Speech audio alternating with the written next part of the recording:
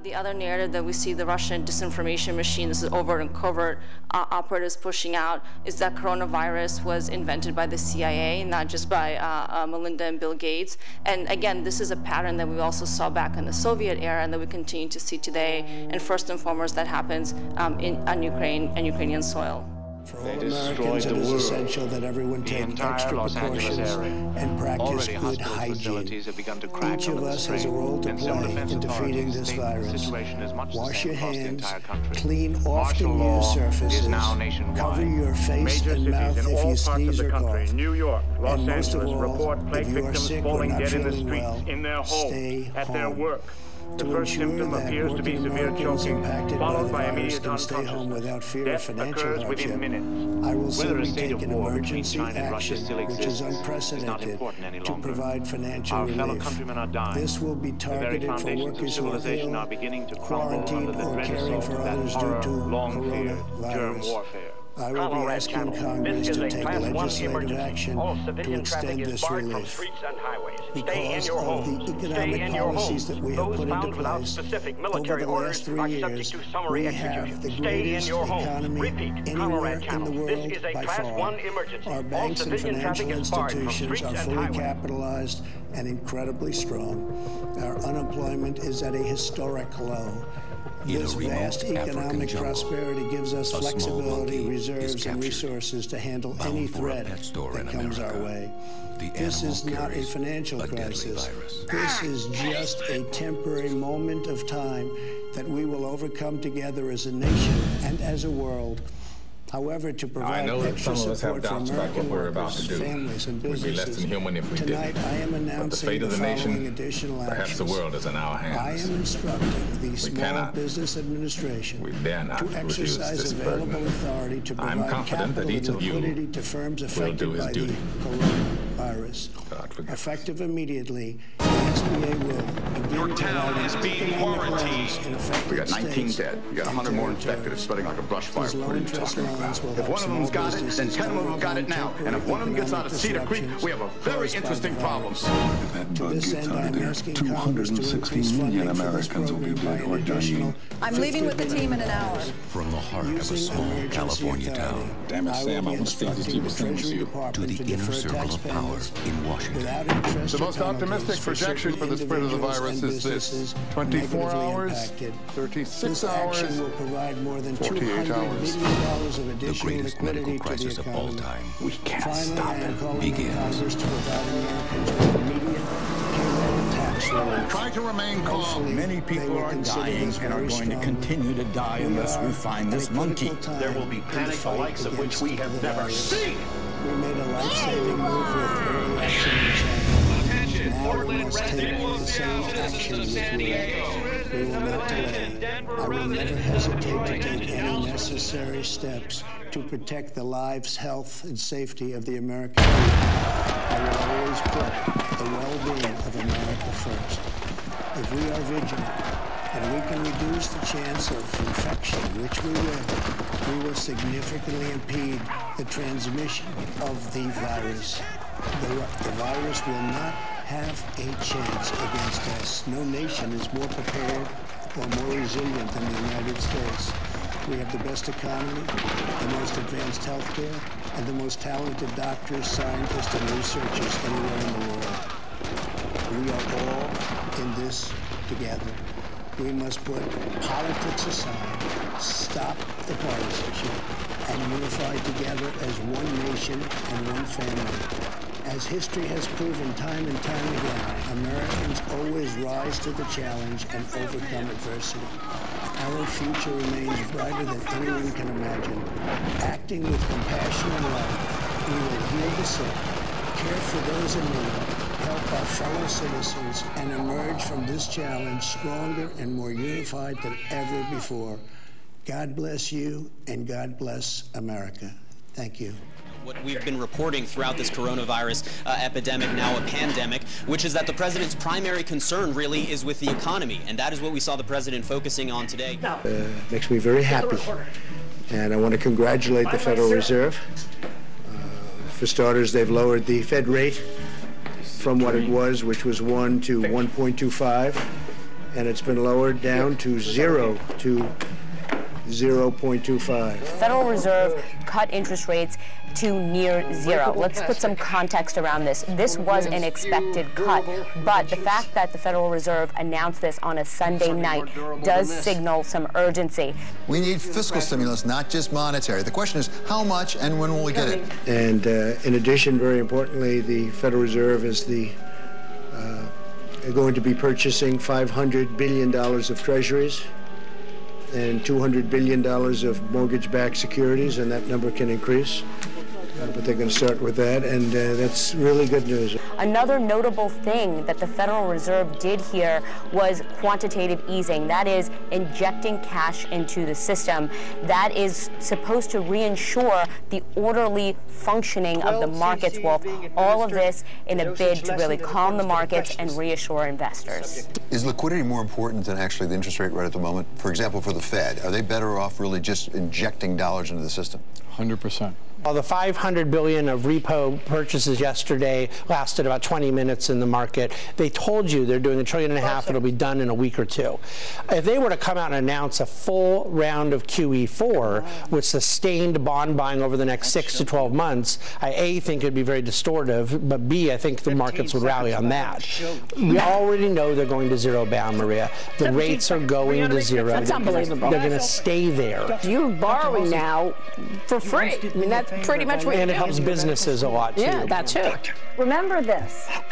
2008, when the bank bailout happened, that's when Occupy Wall Street was born. That's when you saw this uprising of democratic socialism begin and income inequality exacerbated. So the fact that we're even talking about corporate bailouts has some people furious. It is true that during the TARP bailouts in 2009, a lot of that cash was paid back. In fact, the Treasury Department made a profit. The problem is that the Treasury Department never gave taxpayers the money back. You know, they kept it for their own purposes. They kept it for their own purposes. That's the economy. Now, when you look at the markets, the Dow was down 17% for the week. All gains during President Trump's tenure have been erased. Senators today continue to work out a stimulus package that promises to be one of the largest in our nation's history. Now we realize that this is something that we can't control. And so just within the last, I'd say, 48 to 72 hours, multiple hospitals in Middle Tennessee are seeing patients with COVID on the ventilator, on life support, fighting for their lives, and it's only going to get worse if we continue on the current path. You know, no one is going towards that conspiracy theory that this was a manufactured event. Finally, you did mention that Italy had a slightly lower death rate today, and that is good news. But our fatality rate is at 9% at this point, and a lot of people are trying to figure out why it has been so high. The message from these overwhelmed medical wards across this country to the rest of the world is, look at us as an example of what happens when you wait too late and you don't have your hospitals well stocked and backup doctors waiting to jump in when and if crisis hits. John. All right. Thanks very much, Amy Kellogg from Florence.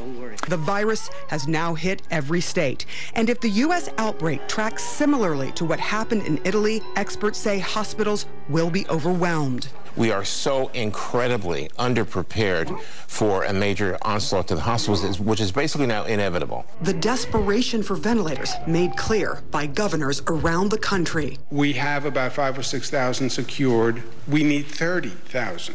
I mean, this is a bad situation. We do not want to be in a position that the poor people of Italy are, where, you know, they're deciding who's going to live and who's going to die because they don't have enough respirators, they don't have enough equipment. A respiratory infection of this nature spreading and causing the issues that we are now seeing play out in real time that almost don't seem believable to people. And this report shows that essentially the government was aware something like this could happen, and yet still it didn't appear that at the top that there was this urgency to make sure they were prepared for something like this. And it's something you've got to keep in mind when you hear the president say, you know, when he's asked why were they so slow to test people, why were his administration, why did they stumble so many times at the beginning of this, and he says, you know, we really couldn't have seen this coming. This report, Brianna, says otherwise. Yeah, it certainly does. It's incredible to read here. Nearly 11,000 cases and more than 160 deaths are now confirmed in the U.S. And this is a dramatic increase from just 1 week ago as more Americans get tested. And yet a short time ago, the president remained unclear about if he would invoke the Defense Production Act. And you don't know what we've done. You don't know whether or not we've ordered. You don't know if we've invoked it. You don't know what's been ordered, what's not been ordered. Yeah, and why did they announce on February 7th they were sending nearly 18 tons of donated medical supplies, including masks, gowns, respirators, and other materials to China? Mind-boggling. I talked about the Defense Production Act a lot, and I've enacted it. I haven't. I can do it with a pen. For the most part, the companies, we don't need it. We say we need this, and they say don't bother, we're going to do it. Frankly, they don't need somebody to walk over there with a hammer and say, do it. Calls have grown for the president to enforce the Defense Production Act, which mobilizes private companies to produce much-needed equipment. But the president has said he doesn't need to. We're a country not based on nationalizing our business. Call a person over in Venezuela, ask them how did nationalization of their businesses work out? Not too well. In World War II, the people of Washington State built B-29s in Seattle. They built minesweepers on Bainbridge Island in Kitsap County. And now it is time for all of us to turn to manufacturing the equipment we need in this fight, in this war, in this century. If we go out and we want, let's say, masks, we don't know who to call in masks, but Hanes, who makes things of cotton, various elements, lots of things, it's a great company, they called us and they said, we're going to make millions of masks. We got a call today from 3M. There's a big article today, the head of 3M. They're going to make tremendous products, and they're more or less in that business. And if they're not, like for instance, General Motors spoke to us, Ford spoke to us about doing ventilators. The beauty is they're calling us. If you go the national route, nationalization route, we're going to tell a company to make a ventilator. They don't even know what a ventilator is. I mean, listen, there has been no strategy from this administration, no comprehensive response to coronavirus from the very beginning. He has not taken control of the manufacturing of protective equipment. He has not federalized the supply chain. He has issued absolutely no national guidance on social distancing or business and school closures. He has left all of this to the mayors and the governors, and instead he just runs a public relations operation that, as you mentioned, unfortunately regularly dispenses very bad advice to Americans. And even when we got the early warnings, we still messed up the entire process of getting the appropriate testing done and distributed properly. And now we have mixed messages, which are just confusing states and localities. And the biggest problem of all, of course, is a complete active melting down of America's health and hospital system. It is staggering in its breadth and scope of incompetence. And, the president did not cause this virus to develop.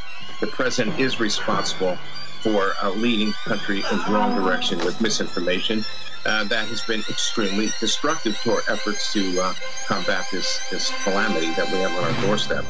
And his coronavirus task force says that even if guidelines are followed precisely, and we've all seen that they haven't been so far, there still could be 100,000 and 240,000 deaths, to 240,000 deaths. Can you imagine that? We're going to lose in 3 months $225 billion worth of people sitting down to eat. Well, and there's also this tidbit that the administration wants $150 billion. There's so much money just being thrown. $150 billion for loan guarantees to other distressed sectors of the economy. Yeah. Don't know how far that goes, but it's $150 billion. I think it's very hard for rich people to run for office. It's far more costly. It's just it's a very tough thing. Now, with all of that being said, I'm so glad I've done it because, there are a lot of rich people around, got a lot of rich friends, but they can't help. This comes as healthcare workers are sounding the alarm, saying medical supplies like masks and gloves are starting to run out. We absolutely feel like we are in this alone as doctors, nurses, paramedics, and even hospitals. I know one of the biggest concerns here in the U.S. right now are for the people who are on the front lines, like the healthcare workers we've been discussing, who don't have the right protective equipment. I know in Italy, as I mentioned, 73 doctors have died, 24 nurses have died, more than 10,000 healthcare providers or healthcare workers have tested positive for the virus. Do you feel like these people were sent to work unarmed? I believe yes. I believe that we lost too much doctors, and this is unacceptable in a pandemic. People can't breathe. It's as simple as that. They can't breathe. When you say the Americans were scared, though, I guess nearly 200 dead, 14,000 who are sick, millions, as you witnessed, who are scared right now. What do you say to Americans who are watching you right now who are scared? I say that you're a terrible reporter. That's what I say. I think it's a very nasty question, and I think it's a very bad signal that you're putting out to the American people. The American people are looking for answers, and they're looking for hope. And you're doing sensationalism, and the same with NBC and Comcast. I don't call it Comcast. I call it Comcast. Let me just for whom you work. Let me just tell you something. That's really bad reporting. And you ought to get back to reporting instead of sensationalism. When we say all hands on deck, we're still not seeing that with regards to laboratory testing. There are at least 10 DoD laboratories across the nation that could be testing for COVID-19. That's in addition to the Los Alamoses, the Lawrence Livermore laboratories, what we call FFRDCs, which are federally funded laboratories. So we have the throughput to actually do all of these diagnostics. We're just not using them. And why we're not using them, I can't answer that question, because that would have to come from the White House. The president has still not implemented the Defense Protection Act, a Korea War era act. And what we've seen now is that states are competing against states. States are trying to get foreign aid. States are competing against FEMA for some of this protective gear. And this has led to price gouging and price rises. What should the states and the governors, the mayors do to try to get the president to implement this act? No, it's truly disgusting. This is dereliction of duty at this point. Right now, we have states and even countries competing with each other over these supplies that are really in short supply. So it's very simple what needs to happen. The federal government needs to assert all of its authority over this private marketplace, this private sector. Where we give up our supply chains, we give up our factories, we give up our production facilities, and we can buy it someplace else for a little bit lower price. But it's really costing us more when that happens, because we lose jobs, we lose everything, and we lose our independence, and we can't let that happen. So we'll be making some changes. We have been making those changes. Is there an executive order to basically ban the export of medical equipment? I don't know that we'll need that, but I think it's happening by itself. I think a lot of things are happening. Well, some people, we make the best medical equipment in the world. So we start in a very strong position. This isn't something that's wrong with the economy. This is a situation where people are being asked to step back from economic activity, close their businesses, stay home from work. There's nothing fundamentally wrong with our economy, is what he just said. These are the moments in which credibility starts to be lost.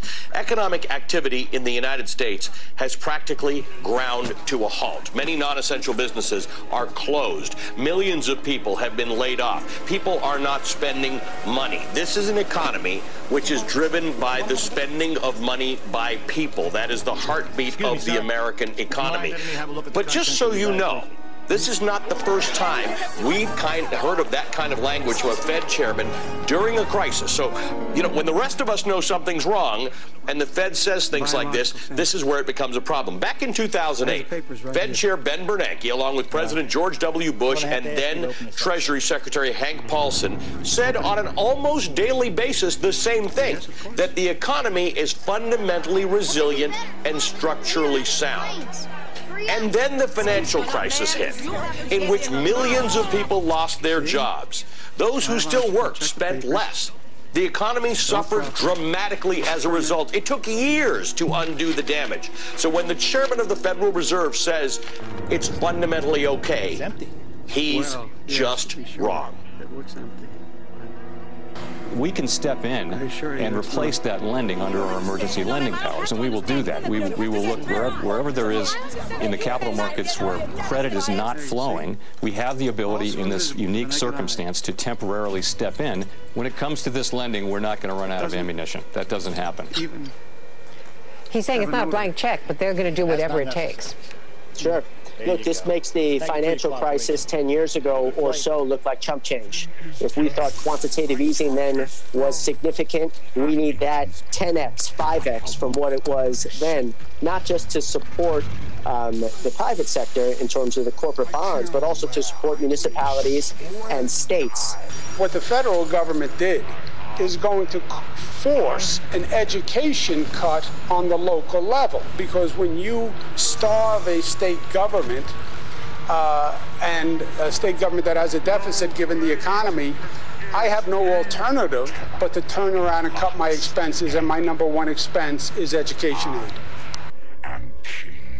Today, Donald Trump signed into law $2 trillion in coronavirus economic relief, a package that was passed just hours earlier, overwhelmingly in the House with bipartisan support. House Speaker Nancy Pelosi played an integral role in forcing Republicans to make concessions on accountability for how the $500 billion to large corporations would be spent, including, this one's going to turn out to be very important, the appointment of an inspector general and a congressional oversight commission to scrutinize the lending. But in a statement posted tonight, the Trump administration says it doesn't recognize the congressional oversight as valid. One such provision requires the inspector general to report to Congress if any government agency fails to provide information about loans, to which Donald Trump says, quote, I do not understand, and my administration will not treat this provision as permitting the special inspector general to issue reports to the Congress without the presidential supervision. That $2 trillion coronavirus relief bill that was recently passed on Capitol Hill, there had been concerns over who was going to conduct the oversight of it, and now the White House is nominating this attorney who now must be confirmed by the Senate. A portion of that, most of that, $425 billion, goes, as I understand it, to the Federal Reserve as 10% of a credit facility that they build, which would total $4.25 trillion. That they could point as a money cannon at any large corporation they want. And that is just dwarfs any other support for small business or any other entity. And I really believe will be transformative in terms of what these large corporations will be able to do with that money. No one's really to blame here. It's not like the banks with the, who took on all this leverage and screwed themselves and then got bailed out. Everyone here just ended up with the virus running through the economy. Like, what's so bad about shooting money cannons at American business to keep it propped up?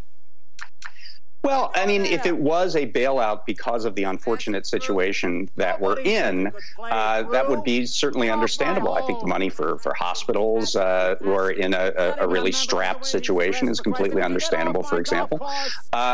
This actually, to me, feels more like a bailout for a decade of irresponsibility. These are corporations that had record profits for 10 years, paid very little in taxes for 10 years, created the system that created this extreme vulnerability in the United States, which does not have the manufacturing capacity, has this system where inventory is seen as a luxury good, is seen as like something that's a cost center. It's created this system with leaking money out to investors, not investing in people, creating inequality, which puts people further on the edge in a sudden shock situation like this. And all of that is getting papered over without any conditions to change these terms in any way, these proclivities of the large business sector. There's no restrictions on the money. There's one very small restriction, but of course Secretary Mnuchin can override that at his will. These companies can give dividends out with this money. They can do mergers and acquisitions with this money. They can do virtually anything they want with this money. And if you see the parallels between this and the small business sector, which is going to be serviced by the Small Business Administration, one of the slowest agencies in the government, compared to the concierge service that the Federal Reserve is going to give these large banks and large corporations. What is the landscape of America look like after this bill is over? That's what I'm concerned about. The president just today also removed another inspector general from his post. This one was in charge of overseeing coronavirus emergency funding. What is happening, Caitlin? Yeah, you've noticed an uptick in the president dismissing inspector generals lately. He did it on Friday when he got rid of the intelligence community inspector general who, pushed that whistleblower complaint to Congress, the one that led to his impeachment. Yesterday, we saw him going after the HHS inspector general who published that report about those severe shortages in hospitals across the country. And now today, we've got the president removing the acting inspector general for the Pentagon. This is the person who was selected last week to oversee all of the other watchdogs who are going to pay close attention to how that trillions of dollars in taxpayer money was going to be spent.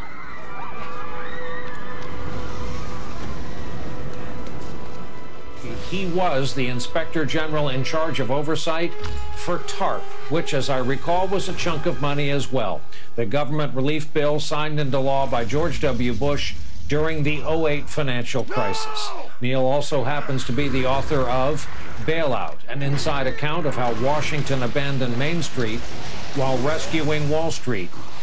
Neil, how do you possibly get your arms around an amount of money this vast? How can you possibly count on all of it getting to the right people and recipients? And in your line of work, do you write down, as much as I hate to say it, a certain percentage of this that is just assumed to be ill-gotten gains for somebody?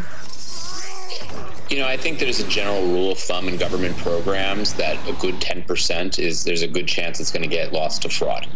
And when you have a program of this size and this scope, where the money is being rushed out at such an incredible volume with relatively few oversight or anti-fraud provisions, you really don't run a high risk of hitting that number. And here, that number, when you're talking about not a couple $100 million program or what I had, a few $100 billion program, but a multi-trillion-dollar program, it's a potentially terrifying amount to keep your eyes on as a watchdog, even in the best of circumstances. And these are not the best of circumstances, as you were just discussing. In your view, given your resume and expertise, would an amount any less than this prop up the U.S. economy, get the U.S. economy back up and running again? No, I mean, I think you look at what's going on right now and you look at the unemployment numbers, which are just staggering, eye-popping. And you look at what's happening to small businesses. And it's not even, looking at the numbers, right? The hard, cold numbers. It's just the anecdotes. Who doesn't have a family member or a friend or a colleague who's out of work? People who've never been unemployed in their entire lives. And it's just going to take the mother of all fire hoses to try to put out this fire and try to keep people able to feed their kids and maintain a life. The people you just mentioned who need this money yesterday, do IGs also look over the process of outgoing? Yes, I mean, I think that's a really important part of it, is that you want to make sure as an inspector general, and you want to provide advice and you want to provide transparency over the process, the decisions that are being made, to make sure that they're being made about who gets money and who doesn't get money, that it's done on an objective criteria without political influence, without it because a company has the stronger lobbyist or plays golf with a relative in the administration or something like that. And that's where oversight becomes most important. To put on guardrails, because all this money that is channeling out of the government with ferocious speed is you try to put some guard on it so that most of it at least gets to the right place to fulfill the policy goals. And here, the policy goals that we've been told is pretty simple. Keep people at work. Keep people employed. But I will tell you, when you have a bill like this, which puts so much discretion in the hands of the Treasury Secretary, if you don't have that, It's not going to get there. A lot of it's going to get siphoned off, and it's going to be a scandal and just such a waste of treasure. And so, we really need to make sure that strong watchdogs are in place and that they're protected and that they can do their job and tell the truth without fear of being tossed out for doing so. A waste of treasure. We'll remember those words. Just finally, you mentioned President Trump and the coronavirus and his tweets. He tweeted today that Democrats are fear-mongering when it comes to the coronavirus. How do you respond to that? This is pure nonsense. Well, look, that Trump would appoint Mike Pence as the head of the task force on the coronavirus just speaks to how far out of touch Trump is with reality or his disrespect for science. We need scientists running our response to the coronavirus, not a politician like Pence who barely believes in science at all. So I would hope very much that Trump understands that the coronavirus is a major, major threat not only to our country, but to the entire world. We've got to work with the international community. We've got to work with the World Health Organization. We have to adequately fund our hospitals, our doctors, the NIH, the CDC. This is despite what Trump may think. Trump is also the genius who told us that climate change is a hoax. So what we need to do is have Congress demand that we adequately fund our response, that we work with the global community, and that we have scientists running the program, not politicians who don't believe in science. It's just insane at this point. It's insane at this point. You look at the other countries in the world that have outbreaks as bad as us, well, actually, we stand alone. You look at other countries in the world who have had terrible outbreaks, at least they've got a national policy. It's insane. It's fatal. And the opportunities they offer. It's insane in terms of policy and leadership and ethics. It's also insane in terms of how grossly mismanaged the federal government's piece of this already is. There's no national policy, but at least there is some stuff they're supposed to be running. But look how they're handling that. CNN first to report last night that the Pentagon's offer of 2,000 ventilators that they were going to make available for civilian use, and more than a dozen certified labs that they were going to make available for civilian use for processing coronavirus test results. Those offers made more than a couple of weeks ago by the Pentagon have not been taken up. Have not been taken up by the Trump administration because FEMA and the Health and Human Services Administration and the Trump administration, they just elected not to tap those resources from the Pentagon, even while states and mayors and individual hospitals are all scrambling for themselves to try to find those things anywhere they can. Well, one of the places they could find them is our own Pentagon, who is volunteering them, but the Trump administration has left that stuff just sitting. Then there's the national stockpile of emergency medical supplies that's been sending things out hither and yon, sort of inexplicably for weeks now. States like Oklahoma and Kentucky receiving things from the stockpile that they never asked for, while other states like Illinois and Massachusetts aren't getting what they asked for at all. Now the Washington Post and the New York Times both have reports citing anonymous federal officials saying tonight that the federal stockpile is basically gone. Although the White House appears to have no idea of that. If they do understand it, they haven't been honest about it. Here's the Washington Post tonight. Quote, the government's emergency stockpile of respirator masks, gloves, and other medical supplies is nearly exhausted, leaving the Trump administration and the states to compete for personal protective equipment in a freewheeling global marketplace rife with profiteering and price gouging. Two Department of Homeland Security officials said the stores kept in the Department of Health and Human Services strategic national stockpile are nearly gone, despite assurances from the White House that there is availability. Why is the White House giving states and mayors assurances that there's availability if there isn't? Do they know that there isn't? Do they know that that stuff is gone? Which is worse, if they don't know and they're saying out of ignorance, oh, sure, we got plenty. Or if they do know that that stuff is gone and they're telling people it's fine, there's plenty, even though they know it's not there. Which is worse? I mean, practically it has the same effect, right? Have FEMA or HHS reached out to you yet to tell you where to send those ventilators, or do you still have them? Well, that report's not accurate, Jake. We have, first of all, many of those ventilators deployed with the USNS Comfort and Mercy in New York and LA, respectively. They're with our field hospitals. We have several field hospitals deployed in New York, in Seattle, in New Orleans, and Dallas. Talk radio personalities and other people close to the president spread faulty information about the virus. The coronavirus is the common cold, folks. That was Rush Limbaugh back in February.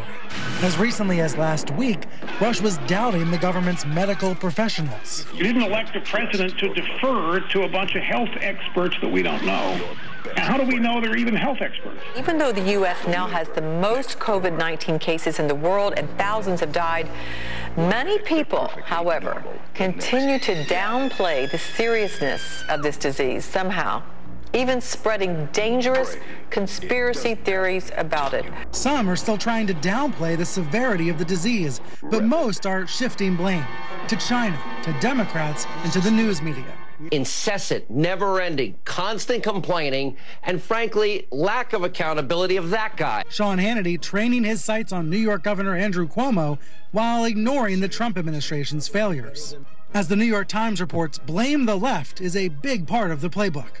And right-wing websites are still promoting anecdotes that suggest things aren't that bad. The period of mourning is now over! He's mad. No treachery could equal his evil. No evil was more treacherous. Because the White House has not tried to nationalize the supply chain for personal protective equipment even today, PPE and other critical medical supplies, U.S. companies that manufacture that kind of stuff, even this week, have been selling personal protective equipment that is desperately needed in American hospitals. U.S. companies that make this stuff, even this week, have been selling it overseas, sending it to other countries instead of making it available here. U.S. manufacturers of this stuff, people who've got it in warehouses in this country, are exporting it because the federal government hasn't told them that's a bad idea or they shouldn't be doing it.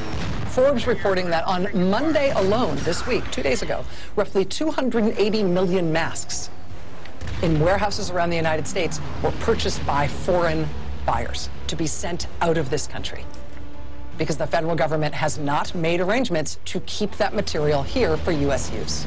A FEMA spokesperson telling Politico.com that FEMA, quote, has not actively encouraged or discouraged U.S. companies from exporting such materials overseas.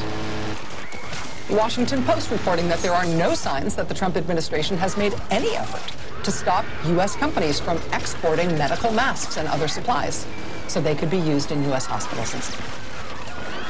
Because of course not. The New York Times now reporting this evening that thousands of the ventilators the federal government does have in its stockpile, ventilators that it keeps promising it's going to send out to where they're needed, thousands of those machines do not work because the Trump administration allowed the contract to maintain these machines to lapse last summer. Because of course they did. Please could we have a new federal government? At least just for this. 4,700 American lives and counting. And this is still how bad they are, this how far into it. This far into it, it's not just a case that this virus is a crisis and that this infectious disease is spreading in the United States and we have to cope with it and it's got exponential growth. It's not just the natural attack of the virus. This far into it, with us this much exposed to it already, so much exposed that we're closing in on 5,000 Americans dead by tomorrow, right? With the White House expecting, hoping, that they'll keep the death range for Americans between 100,000 and 250,000 people, right? This far into it, the federal government, the stuff they are actively in control of and nobody else is, that stuff doesn't get better ever. They're not nationalizing the federal supply chain, the national supply chain for protective equipment and for other medical supplies. Even when the military is volunteering things for civilian use, they're not even able to get it together to do that. They're not able to get it together to communicate truthful information as to what the federal government's supplies are and how many they have. And the stuff they've got, they have not been keeping in running order because they let the maintenance and supply contracts lapse. And they're not getting any better, you guys. I mean, maybe today the Surgeon General just declared a national stay-at-home order. Maybe. But maybe that was kind of a mistake. Still, it sort of went into effect in a few states. The states basically continue to muddle on alone. In New York, the recently retired New York City Police Commissioner was brought back on board today to try to coordinate the supply and distribution of PPE, of protective equipment, among the hard-hit hospitals in New York City. As facilities are being built in places like Detroit at their giant convention center, facilities that will take coronavirus patients as a relief valve for Detroit's hospitals, questions are being raised as to why the surge facilities the federal government helped with in New York were designated by the federal government for non-coronavirus patients only. And this actually appears to be a developing story tonight. I'll tell you, a source familiar with this matter tells us tonight that the U.S. naval ship Comfort, which pulled into New York Harbor to great fanfare this week. Source familiar with the matter tells us tonight that the Comfort has fewer than 5 patients as of this evening. 1,000 beds, fewer than 5 people on board. The Javits Center, where they have set up 4 field hospitals with 250 beds each. They're going from 1,000 beds to 2,000 beds soon. Right now, the Javits Center, with its 1,000 beds already set up and running, they've got fewer than 10 patients. Why is that? Well, tell me why the federal government has decided that neither of those facilities can have coronavirus patients. And then look at the number of coronavirus patients in New York City hospitals right now, and you start to get toward that math. I want every American to be prepared for the hard days that lie ahead. We're going to go through a very tough 2 weeks. And then hopefully, as the experts are predicting, as I think a lot of us are predicting after having studied it so hard, you're going to start seeing some real light at the end of the tunnel, but this is going to be a very painful, very, very painful 2 weeks. What's interesting, Jake, is we will soon be taking over the Javits Center, a 2,500 bed capacity. To show you how all in we are, the United States military will soon be running the largest hospital in the United States. That shows you our commitment. We're a country not based on nationalizing our business. Call a person over in Venezuela, ask them how did nationalization of their businesses work out? Not too well.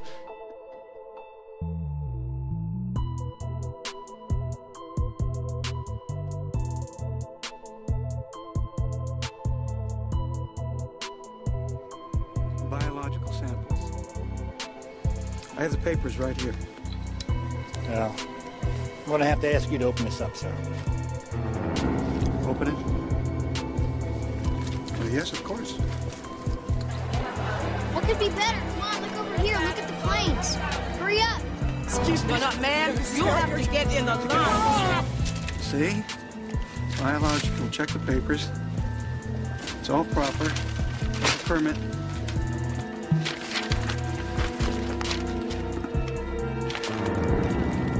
It's empty. Well, yes, to be sure. It looks empty. I assure you it's not. You don't understand. No, ma'am, I don't have to understand. You have to get very important. There's a man. I understand. You cannot get a deadly virus. There, you see? Also invisible to the naked eye. It doesn't even have an odor. That's not necessary, sir.